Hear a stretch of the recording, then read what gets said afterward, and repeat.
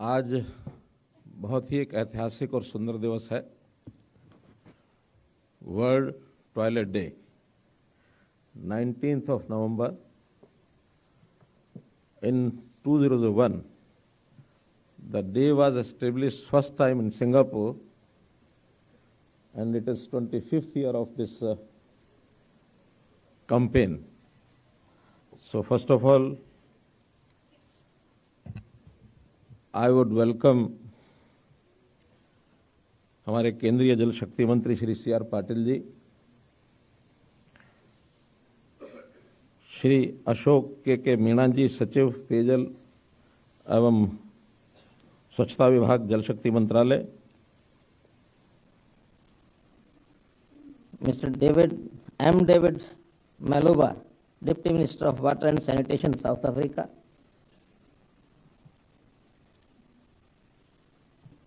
Madam Rupa Mishra, Joint Secretary, Urban Development Department and Mission Director of Swachh Bharat Mission. Dr. Nishtha Mehta ji, World Bank, Shri Pankaj Jain ji, CG Sulabh International, Gates Foundation से Shri Alkesh Wadhwani ji, World Toilet Organisation से Shri Jack Sim ji, and most favorable name of this function is Kumar Dilip, Sulub International.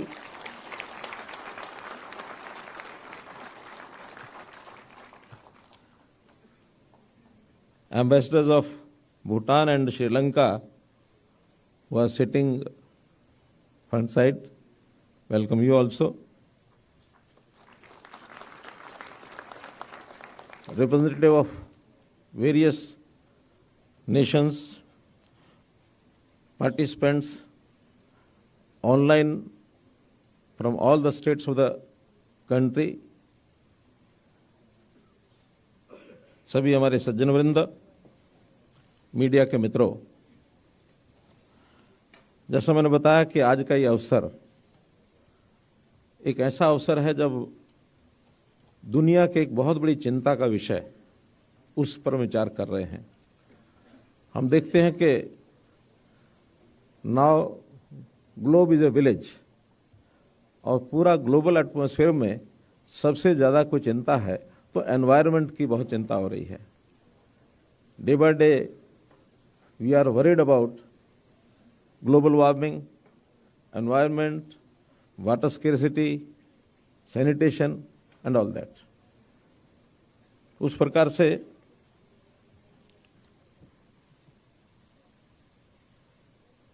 ये जो world toilet day है, इसको UN ने भी मान्यता दी इन 2013। उन्होंने भी कहा कि जो हमारा SDG 6 है, क्लीन वाटर एंड सैनिटेशन, इस पर सारे वर्ल्ड को काम करना चाहिए, and we should fulfil this aspiration by 2030। तो एक टारगेट रखा गया है कि 2030 तक हम सैनिटेशन का, क्लीन वाटर का, ये जो सब देशों की समस्या है, इसके ऊपर कैसे काम करें। धीरे धीरे इस ग्लोबल प्लेटफॉर्म के ऊपर बहुत लोग फंडिंग भी कर रहे हैं, ट्रेनिंग के प्रोग्राम भी कर रहे हैं, टेक्नोलॉजी के नाते से भी बहुत एक प्रकार से आगे बढ़ रहे हैं। तो उस टेक्नोलॉजी को लेते हुए एक दूसरे का सहयोग कैसा हो, इस प्रकार के जो सेमिनार्स हैं through out the world at different platforms, उसमें बहुत बड़ी चीज़ों का आदान प्रदान होता है। आज भी हम शायद दिन भर बैठेंगे, 2 दिन के लिए हमारा जो सेमिनार है इस पर हम काम करेंगे। मित्रों, जैसा पाटिल जी ने बताया, अपने देश का ये जो आंदोलन, खास करके जो आज़ादी का आंदोलन चला था गांधी जी के नेतृत्व में, उन्होंने उसी समय कहा था कि एक आज़ादी तो जो हमारी स्लेवरी से हमको आज़ादी प्राप्त करनी है वो है, और दूसरी आज़ादी हमको ये जो गंदगी से आज़ादी, इससे भी चाहिए। जैसा उनका प्रत्यक्ष उदाहरण आता है कि रेल के तीसरे श्रेणी के डिब्बे में उन्होंने स्वयं शौचालय को साफ करके इस अलग को जगाया था। ये बात अलग है कि 47 में हमको आज़ादी मिल गई, लेकिन ये दूसरी स्वच्छता की जो विषय था ये बहुत वर्षों तक दबा रहा। मैं आभारी हूँ अपने देश के वर्तमान प्रधानमंत्री जी का, जिन्होंने 2014 में लाल किला से इस चीज़ का आह्वान किया था। और इस चीज़ का आह्वान करने के पीछे जो बैकग्राउंड है, क्योंकि इसी प्रकार का जो वर्ल्ड समिट इस ऑर्गेनाइजेशन का जो वर्ल्ड टॉयलेट ऑर्गेनाइजेशन है, इसका जो एक वर्ल्ड समिट 2007 में भारत में हुआ था, डॉक्टर एपीजे अब्दुल कलाम ने उस समय उद्घाटन भाषण में कहा था कि हमको इस मुहिम को चलाना चाहिए। और उसके बाद चर्चा करते करते जब मोदी जी शासन में आए तो उन्होंने पहली बार इसकी घोषणा की कि हमको अपने देश को और ओडीएफ फ्री करना है, ओडीएफ को एक प्रकार से ओपन डेफिकेशन फ्री।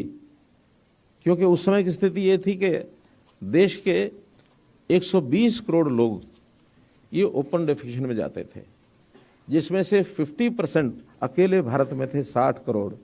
अब 60 करोड़ लोगों को इनकी आदतें बदलना, उनके लिए व्यवस्थाएं करना, और जो अभियान शुरू किया गया उसकी गति इतनी तेज की कि दुनिया में किसी इस प्रकार का आंदोलन करने की स्पीड आज तक और कोई नहीं है।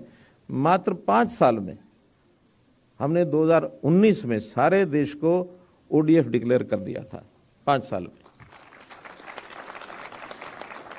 11 करोड़ से ऊपर टॉयलेट बनाए गए। बहुत बड़े स्केल के ऊपर ये काम हुआ।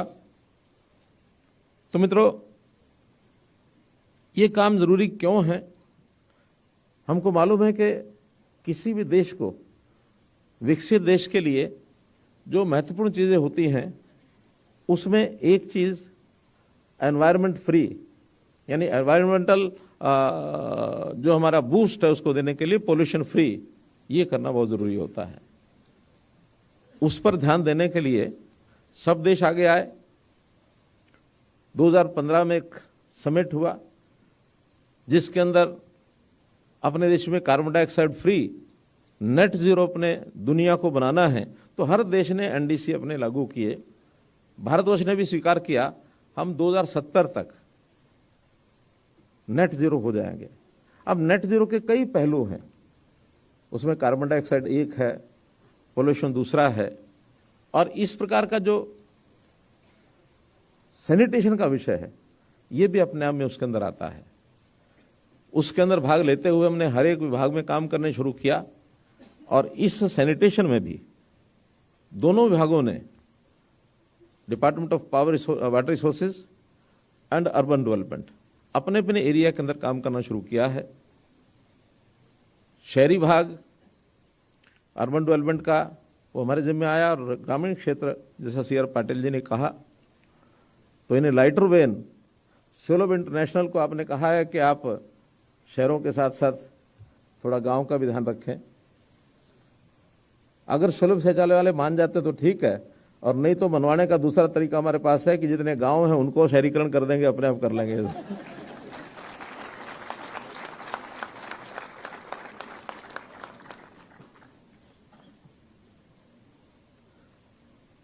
तो मित्रों, इस सारी प्रोसेस में हमने जो स्वच्छ भारत मिशन, इसका जो अभियान चलाया है, उसमें खासकर कचरा, इसका डिस्पोजल, ये अपने में एक बहुत बड़ी समस्या इस देश की है। उस पर भी एक मिशनरी जील लेकर के हमने काम करना शुरू किया, और कचरा ही कंचन है, यानी वेस्ट इज वेल्थ, इसके कई प्रयोग शुरू किए। और उसी में पानी का उपयोग क्योंकि बहुत ज़्यादा होता है इस सारे सिस्टम में, हम ऑन एवरेज एक नागरिक, शहरों की बात मैं खास कर रहा हूँ, 6 से 10 बार अलग अलग प्रकृति के हिसाब से, उसकी शरीर की अवस्था के हिसाब से टॉयलेट जाता है दिन में, और हर बार फ्लशिंग करता है। तो पानी का कितना बड़ा आवश्यकता उसकी है, ये अपने आप में एक चैलेंज, ये भी हमारे सामने था। क्योंकि स्केर्सिटी ऑफ वाटर, अगर उसको हम ठीक से प्रबंधन नहीं करेंगे, उसका प्रोसेसिंग नहीं करेंगे, तो अपने आप में बहुत बड़ी प्रॉब्लम बनने वाली है। गांव में तो काम में चला लेते हैं 55 लीटर्स पर डे पर पर्सन, यहाँ तो 125 भी कम पड़ता है। शहरों में डिमांड रहती है कि इसको 135 लीटर करो, 150 लीटर करो, क्योंकि कुछ विदेशों की वहाँ की व्यवस्था ऐसी है, पानी बहुत है, तो वो देखते हुए डिमांड्स भी बढ़ती हैं। इसकी रीप्रोसेसिंग, एसटीपीज, किस प्रकार से उसमें अलग अलग मेथड्स हम अडॉप्ट करें कि उस पानी को रीयूज करें, रिसाइकल करें, रीयूज करें। बहुत से ऐसे जो डेवलपमेंट कॉलोनीज हैं, उसके अंदर डबल पाइप सिस्टम हमने बनाना शुरू कर दिया है कि एक से पोर्टेबल वाटर आएगा और दूसरे से प्रोसेस्ड वाटर, ताकि इस प्रोसेस्ड वाटर को अगर हम वेस्ट करेंगे तो पोर्टेबल वाटर हमारे पास इतना नहीं है कि पीने के भी ठीक पर्याप्त मात्रा में हम ले सकेंगे। तो इसलिए ये बड़ा काम भी, बहुत बड़ी एक इंडस्ट्री बन चुकी है। इस इंडस्ट्री में इन्वेस्ट करने वाले लोग भी बहुत आ रहे हैं, टेक्नोलॉजी भी बहुत तरह की आ रही है, टॉयलेट्स भी बहुत प्रकार के अब नए नए इजाद हो रहे हैं। टेक्नोलॉजी अलग बात है, इस टॉयलेट का तो मैं कई बार विचार करता हूँ, हम छोटे होते थे तो इसके नाम ही इतनी बार बदल चुके हैं, यहाँ तक आते आते कई नाम हो चुके हैं। शौचालय, टॉयलेट, रेस्ट रूम, और अभी तो नया नाम आ गया पाउडर रूम। उसी प्रकार से टेक्नोलॉजी भी आवश्यकता है वो बदल रही है। ऑर्गेनिक टॉयलेट्स आ गए हैं ताकि उसका उपयोग ठीक से कर सकें। दुनिया के शहरों में जब जाते हैं तो ऐसे नए नए जो विषय सामने आते हैं, उसके अंदर सबसे पहले इसकी रैंकिंग का काम शुरू किया सिंगापुर ने शुरू किया। सिंगापुर में आज जितने भी पब्लिक टॉयलेट हैं, कॉमन टॉयलेट्स हैं, वहाँ बाकायदा उनकी रैंकिंग के बोर्ड लगे होते हैं। ये 5 स्टार है, ये 3 स्टार है, इज़न्ट सो?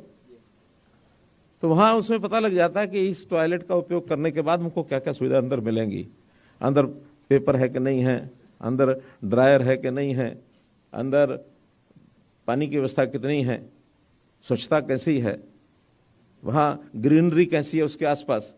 तो उस प्रकार की स्टार रेटिंग, और उस स्टार रेटिंग से ही उन शहरों का एक प्रकार से पता लगता है उसका वैल्यू क्या है, उसका लेवल क्या है।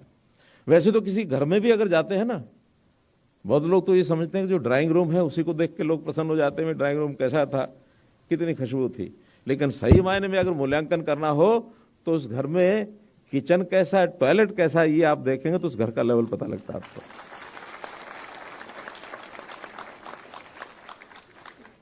तो बहुत ही एक सेंसिटिव ये इशू है।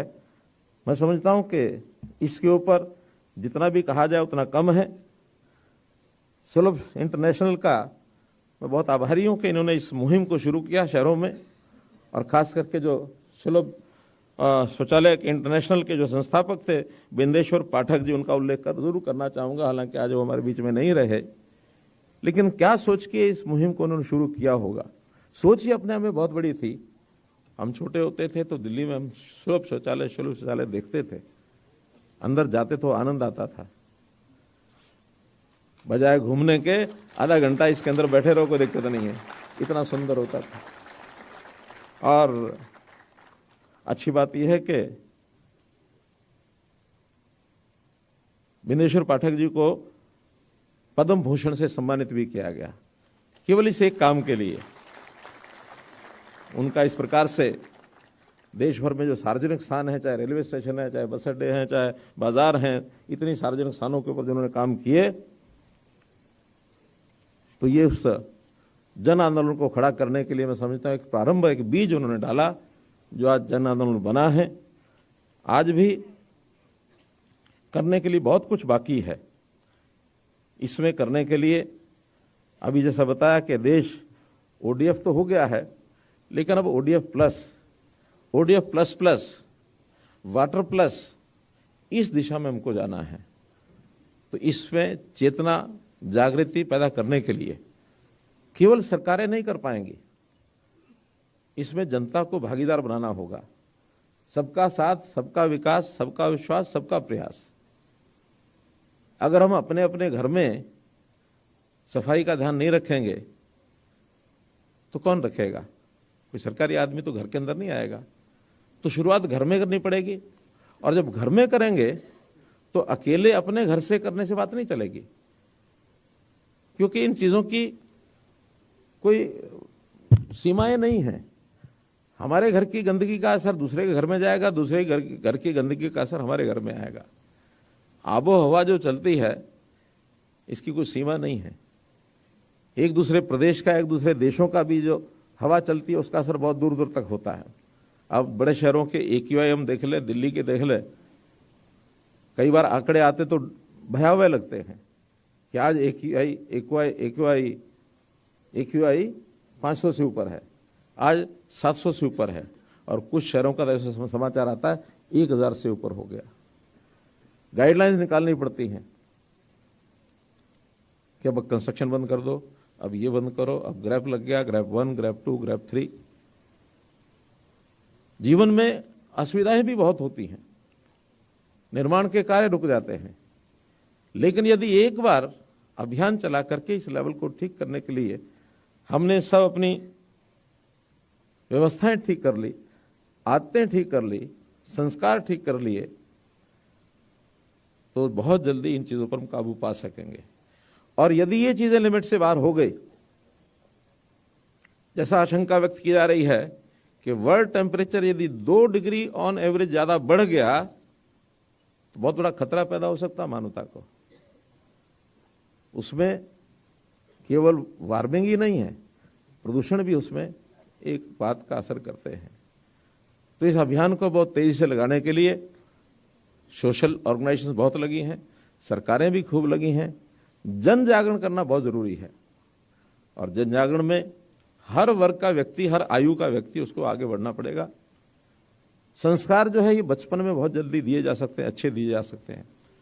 आज मैं विभाग को धन्यवाद दूंगा कि इन्होंने स्कूली बच्चों के लिए जो एक 21 दिन का पाठ्यक्रम बनाया है, एक बहुत अच्छी शुरुआत है। बच्चा है उसको कैसे ही सिखा लो, सीख जाता है। हम लोग जापान गए होंगे, हम में से बहुत लोग।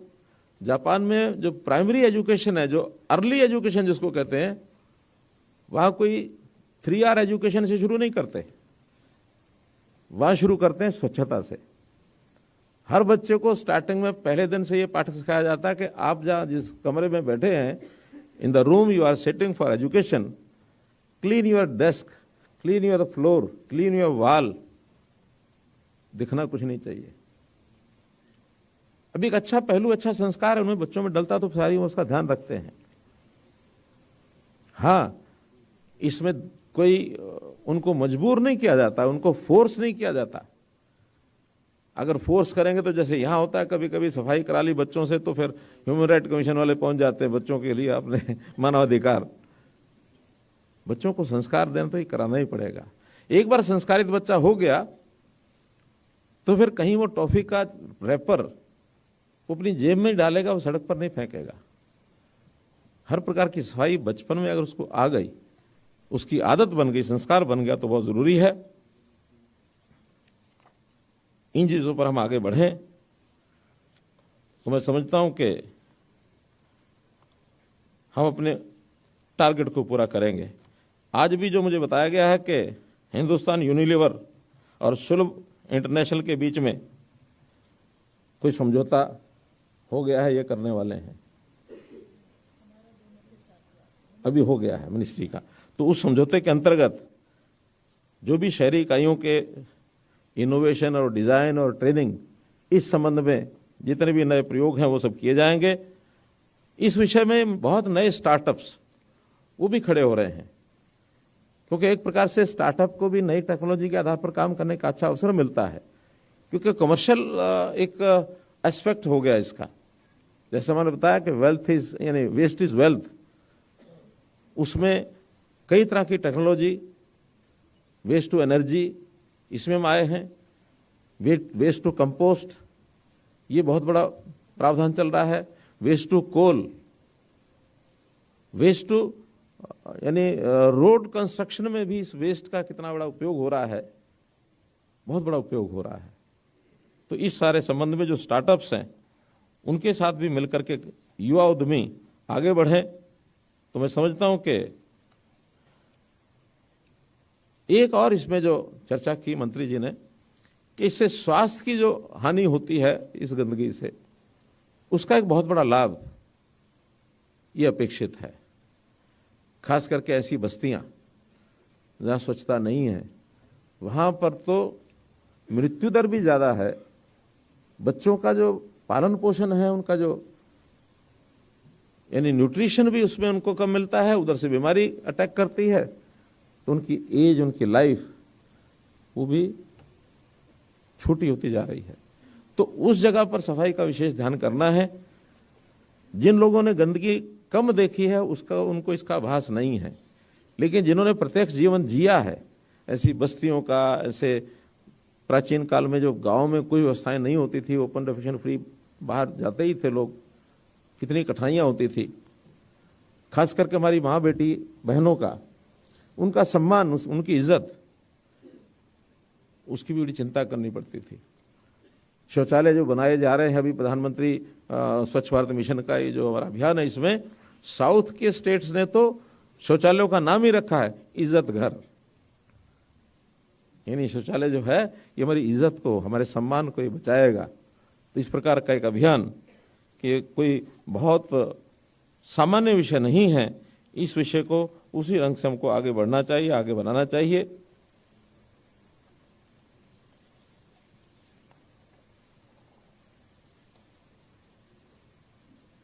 मित्रों, इन सब बातों को केवल मैं इसलिए चर्चा कर रहा हूं कि आज के इस कार्यक्रम के बाद हम सब स्वयं अपने दायित्व को निभाएं, जितनी जागरूकता समाज में पैदा कर सकते हैं उतनी पैदा करें। और आज के इस अवसर पर जो खास करके सुलभ शौचालय और अन्य सभी जितने ऑर्गेनाइजर हैं, प्रबंधक हैं, उनको मैं बहुत बहुत बधाई और बहुत बहुत धन्यवाद करता हूँ।